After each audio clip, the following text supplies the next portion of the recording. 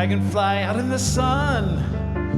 You know what I mean, don't you know? Butterflies having fun. You know what I mean. Sleep in peace when day is done. That's what I mean. And this whole world is a new world and a bold world for me.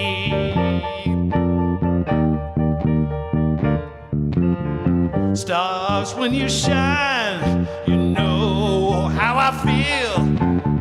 Scent of the pine, you know how I feel. Love, freedom is mine, and I know how I feel. It's a new dawn, it's a new day, it's a new life for me. Oh.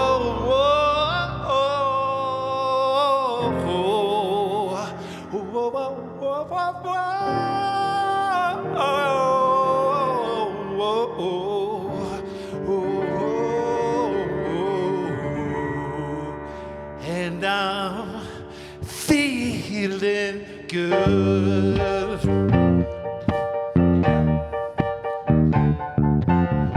And I'm feeling good. Yes, I'm feeling good. Yeah.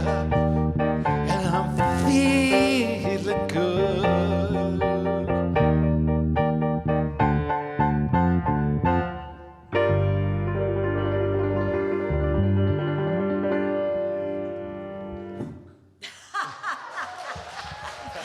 Pete Jacobs, everybody. Thank you.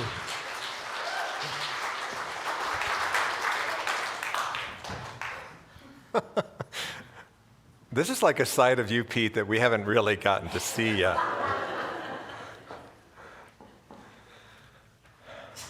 In the Lakota tradition, they have a saying, hokahe, it's a good day to die. The idea is to wake up every morning with the thought, this is a good day to die, and to live your life as if it were your last, with a purity of heart and your thoughts on the highest good. The highest form of devotion is a life well lived.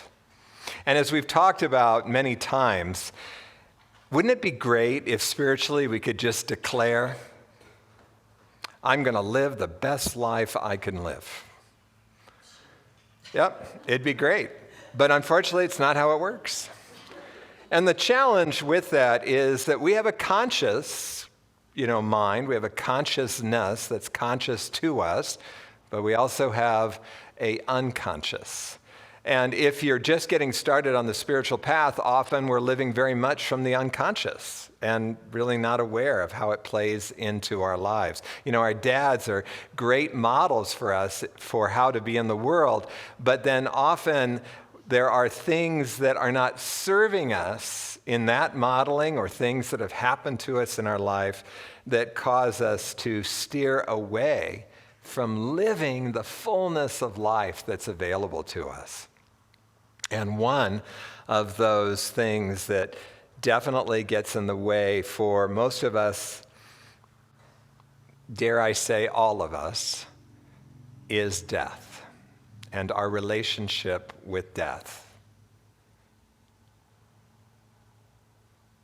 When we are afraid of dying, that fear impacts decisions that we make in our lives, impacts the way we actually see life, impacts our relationship with change and with allowing things to die when it's time to allow them to die.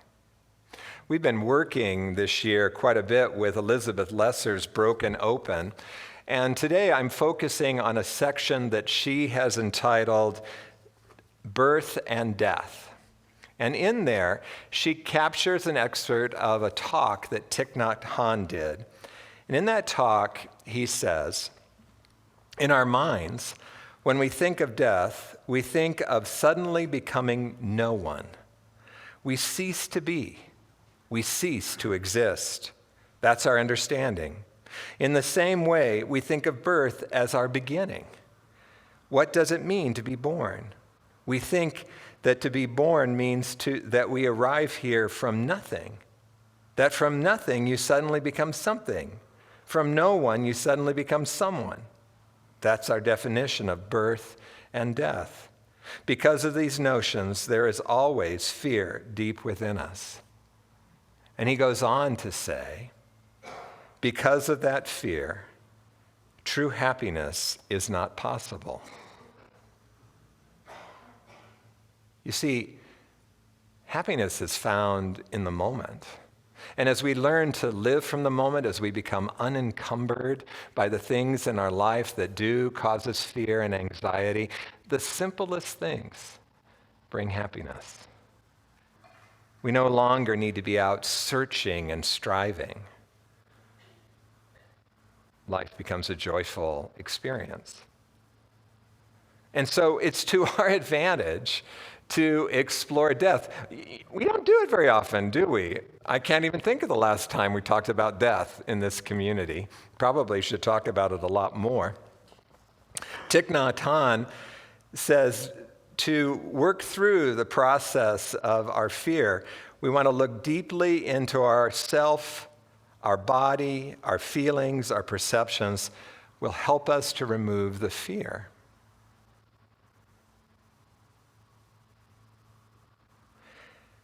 So, it brought me then to the idea of nirvana. Thich Nhat mentioned it, and I went on a little exploration. Why would he bring up nirvana when he's inviting us to explore our fear of death? So what does nirvana mean to you guys? Can someone shoot out a word? Bliss. Peacefulness, right. It's like a place you arrive at, right?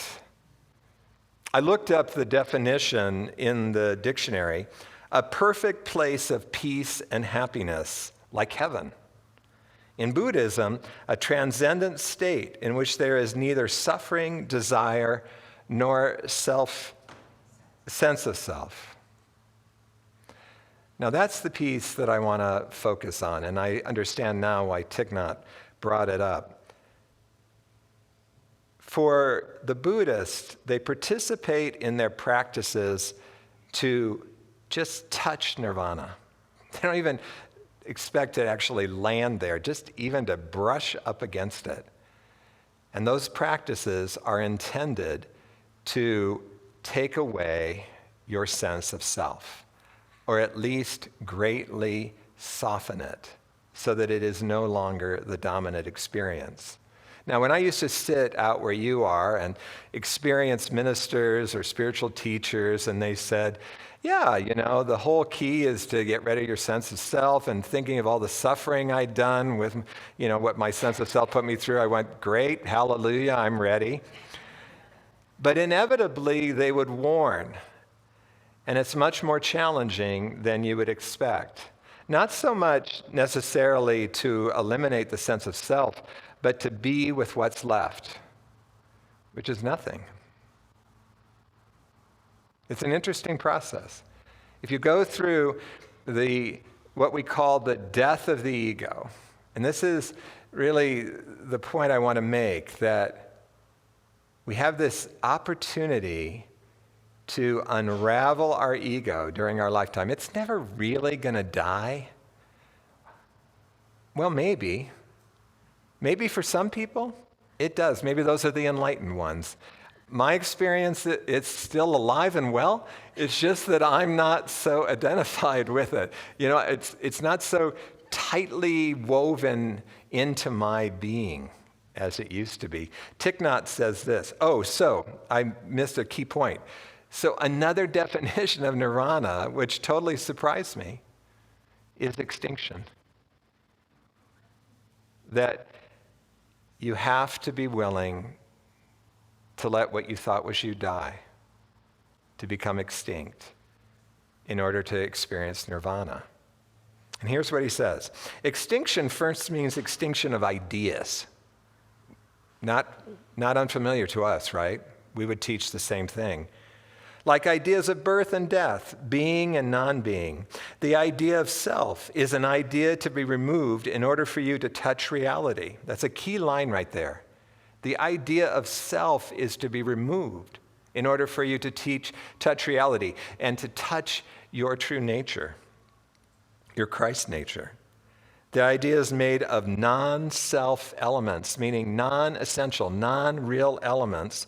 The moment you realize that, you lose all fear.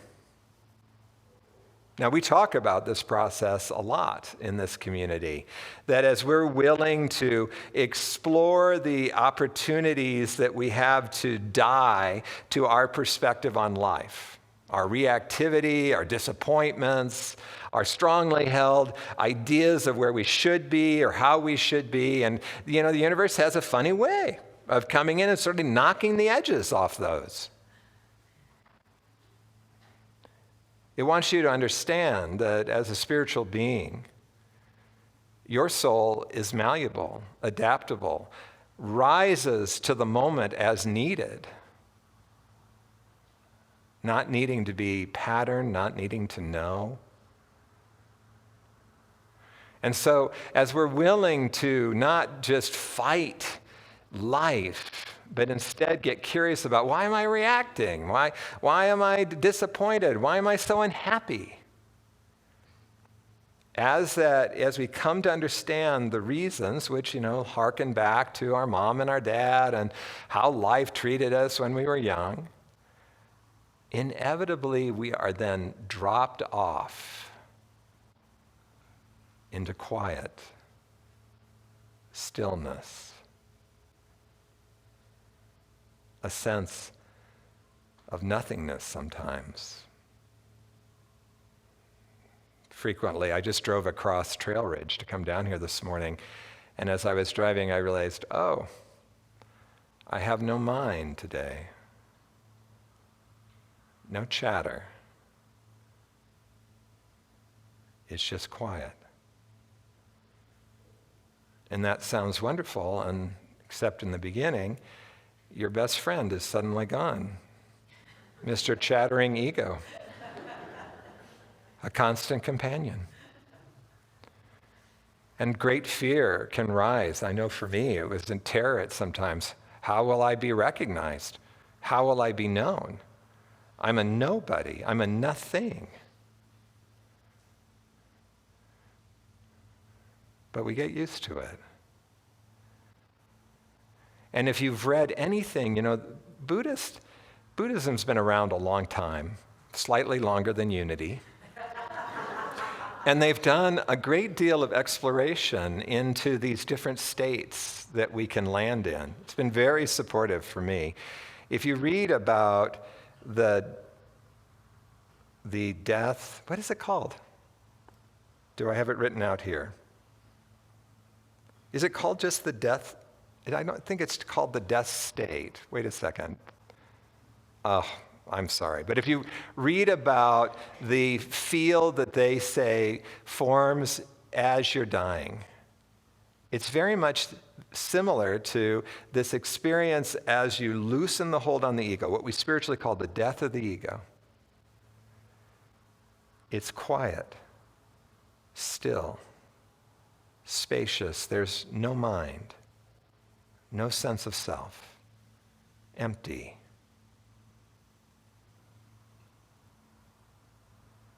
There's a sense of annihilation or extinction. It's called the death space.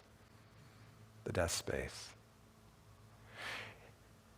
Can you see that if you're willing to participate in your life, and your life is always asking you to die to something, if you're willing to participate with that, you're preparing for the death space. And death, almost every spiritual tradition talks about how wonderful death can be if we can relax into death. And I don't know about you, but that's how I want to be when I take that last breath. I'm like, okay, cool. What's happening here? What's next? Not all tightened up. I've gotten to experience being with two people when they took their last breath. One of them was so ready, so clear, it was beautiful. Ooh, the other one, quite the struggle. And so the opportunity is, let's do our work here, right? So it can be subtle, how we don't want to go to the, quote, death space. Like in my very first congregation, a woman's mother died. And she called me and she said, now I'm going to need you to call me every day. This is a good lesson for all the rest of you, too. Now, I didn't know that much about what I'm talking to you about today. You know, I was a fairly new minister. I wasn't very far on my own spiritual path. And I said, well, why? And she goes, my mother called me every day. So you see, when someone we love dies, it leaves a huge space, sometimes a very painful space. It's inviting us to let go into that space and see what's there. But the ego will get chattering and, oh, you'll get busy or you'll fall into some kind of depression. You know, anything but just be right there, right? She wanted me to fill the space for her. I didn't. I said, my goodness, if I did this for every congregant, impossible. I can't do that. Turned out to be a tremendous gift for her. She really discovered that emptiness created by that space was a place she could actually be, and that it was beautiful as she got used to it. It just was freaky at first. It's another interesting thing. My parents are, well, particularly my father and his wife are moving through issues of needing more support and needing to let go. It's progressing. It sounds like they're finally going to sell their house and move into a place where they could get some support. And it's been challenging, but what's also been fun, so my siblings and I, we get on calls with some frequency just to strategize, okay, what's the next step? And inevitably, on every single call, someone will share about how their idea of who my dad was for them is dying. And often with tears. It's not easy to let it die. It's not easy to, with each dying, to recognize that the spirit within you is your true father, is your true mother, is your true husband, is your true wife. Doesn't mean we erase them, but we all needed them for something. And as life takes it away, we come to understand that there is a tremendous support in what? In nothing. And yet, it's everything. By the way, the French philosopher Michel de Montaigne said you should practice death, which is what I think I'm inviting you to do. But I like this sentence. We practice death by becoming conscious of the ways in which we resist life. That was his idea. So my experience is that this would be hard to do on your own. That I've worked with a teacher now for 22 years. And you don't even really realize when you're trying to escape the death space, let's say. So I'll be in a session with him, I'll be working on something, and he would invite me to just stay with it until it softened and opened up, and then never rushed me out of the emptiness. What are you experiencing now? What's it like? How is it for you? What are the fears that are coming up now? And as the years have gone by, I've become very comfortable, to the point this morning when I had no mind. It used to be when no mind came on me on a Sunday morning, I'd think, well, this is the Sunday. where everyone's going to know I'm a fake because I have no mind this morning. And then you learn functioning happens beyond mind. Functioning is a function of spirit in you, as you. It's also different than what we come to believe early on. So there's not only the need to get support. So, if you find yourself, another thing that happens that was a real freaky thing for me is featureless nothingness, where everything around me started losing its features. Just call me up. I'll talk you through it. Because we need some support. But the other piece I thought was beautifully modeled in a story that came across the internet for Father's Day for me as a minister. I'm sure it was targeted. You know how everything's targeted these days.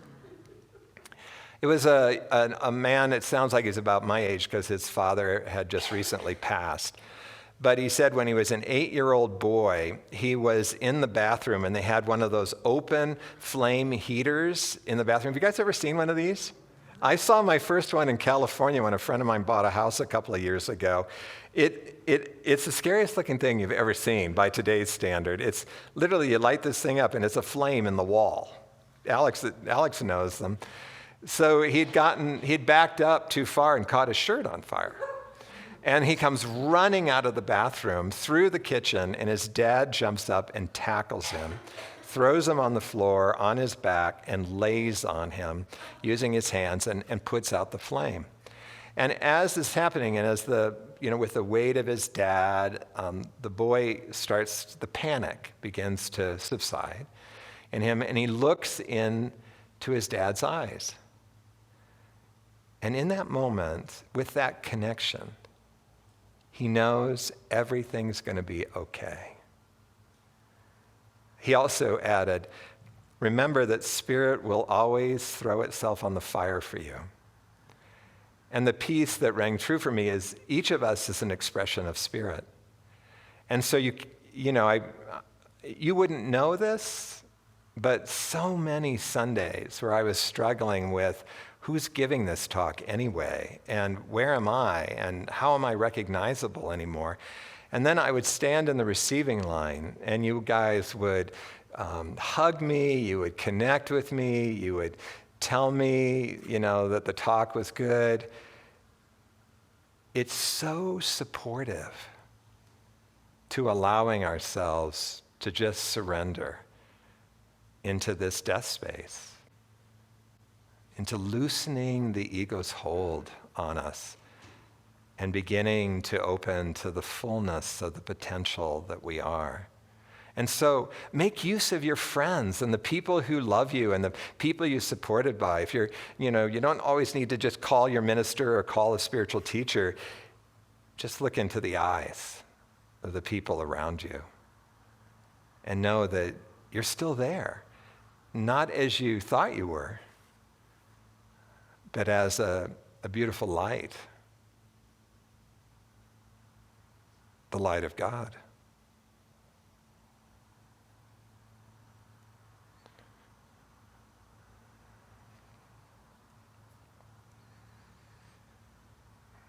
We're all going to die.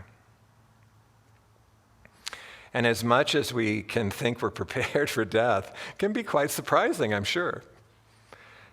But I am a firm believer that if you're willing to participate in the little opportunities we have during our life, and by the way, they don't always feel very little, but compared to the big death, I think they're probably going to seem little. But when we're willing to participate with the ego death, when we're willing to be curious about what's really getting our attention, usually in a negative way, it gently drops us off into the stillness, into the quietness. And then one day, as I came across maybe 2 years ago, you start finding yourself with no mind, no chatter, alone. And as you get used to it, it's beautiful. You begin to welcome it. Wonder how you ever survived before. In that way, we not only will get to step up to death with a certain grace, a certain openness, but do you see, as Thich Nhat Hanh said, we live without fear. And we can live our life right here, right now, to its fullest. So let's spend some time in meditation, shall we? Elizabeth wrote a meditation that she calls a meditation for practicing dying. And I'd like to take you through it. Invite you to, if you're comfortable, close your eyes, take a couple of deep breaths.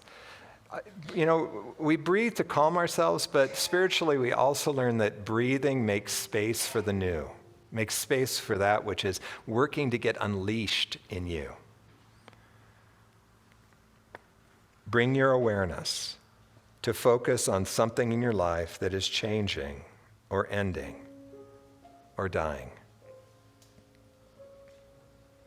Breathe gently as you consider whatever transition is more significant right now in your life. What is the one that's most prominent? Note any feelings that arise: trepidation, excitement, resistance, anger, annoyance, or grief. Every time your feelings get the better of you, become aware of your breathing. Meet your troubled, contracted feelings with your calm and expansive breath. Breathe. Sigh. And stretch out on the river of change. Remember times when you've resisted change in the past. Regard how things ended up in the end, turned out in the end. Maybe not how you thought they would, or you wanted them to. But in the end, there you were. Wiser, stronger, still alive. Tip your hat to the poignancy of death and the promise of rebirth. Smile. Relax. Allow yourself to break open. Sit tall with dignity and patience. Watch your breath rise and fall. Rise and fall. And pray for the courage to welcome this new change with openness and wisdom. And we'll sit now for a few moments in the silence.